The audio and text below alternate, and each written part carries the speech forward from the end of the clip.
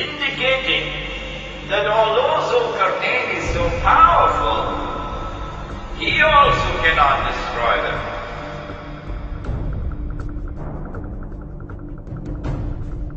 All he can do is to build a barrier. How does Zulkarnain respond? He confirms this awesome power of Gog and Magog, because he says, okay, I don't need your money, but my Lord has given to me is more valuable. Help me with manpower. Bring me Zubarul Hadid, blocks of iron.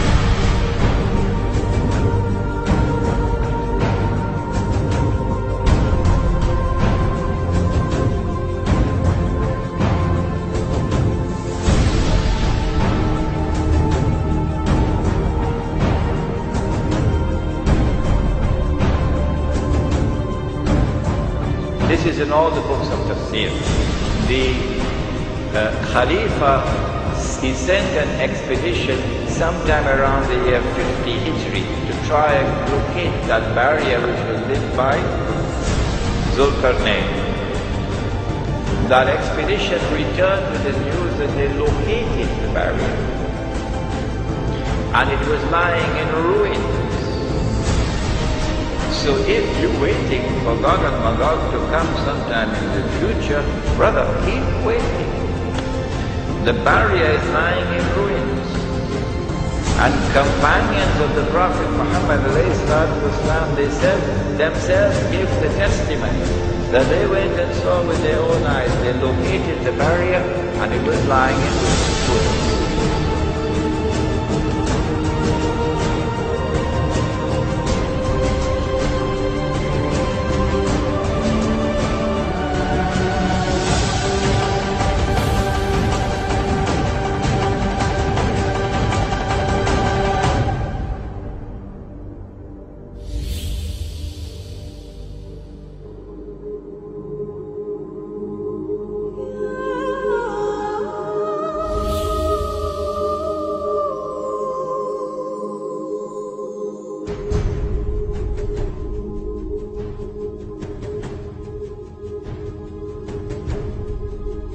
Where was it located?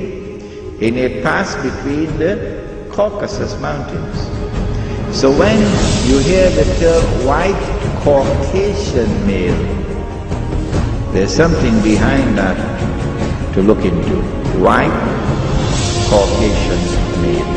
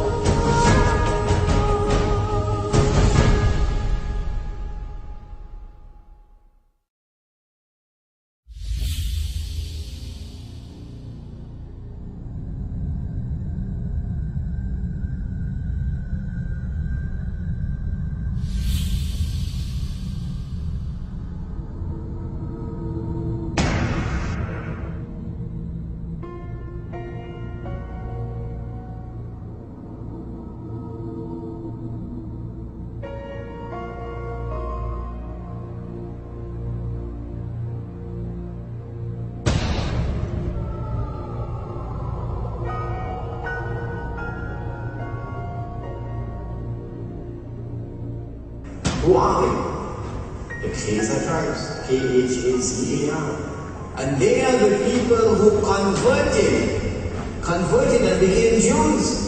One, are white people, European people, who don't even have one drop of Semitic blood in their veins.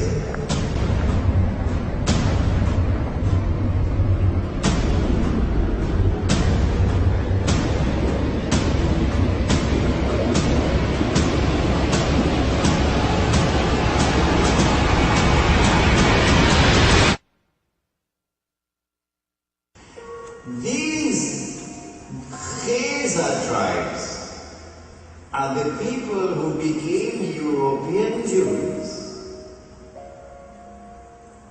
and they're the ones who were able to block the Muslim army.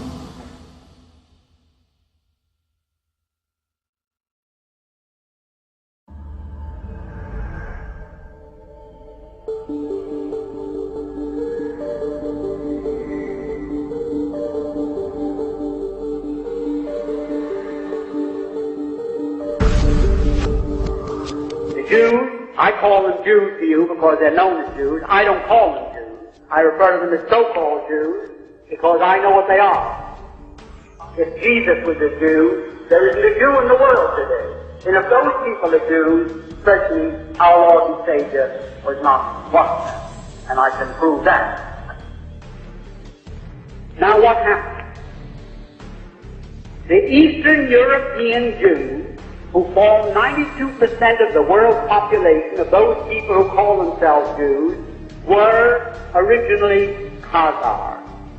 They were a warlike tribe that lived deep in the heart of Asia. And they were so warlike that even the Asiatics drove them out of Asia into Eastern Europe. And to reduce this, so you don't get too confused about the history of Eastern Europe, they set up this big Khazar kingdom. 800,000 square miles. Only there was no Russia, there were no other countries, and the Khazar kingdom was the biggest country in all Europe.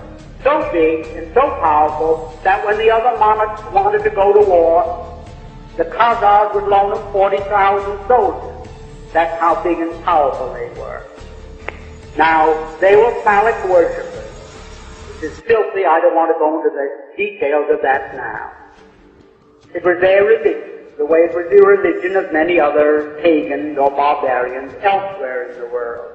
Now, the king became so disgusted with the degeneracy of his kingdom that he decided to adopt a so-called monotheistic faith, either Christianity, Islam, the Muslim faith, or what is known today as Judaism, really Talmudism. So, by spinning a top, he said, eeny, meeny, miny, mo, and he picked out so-called Judaism.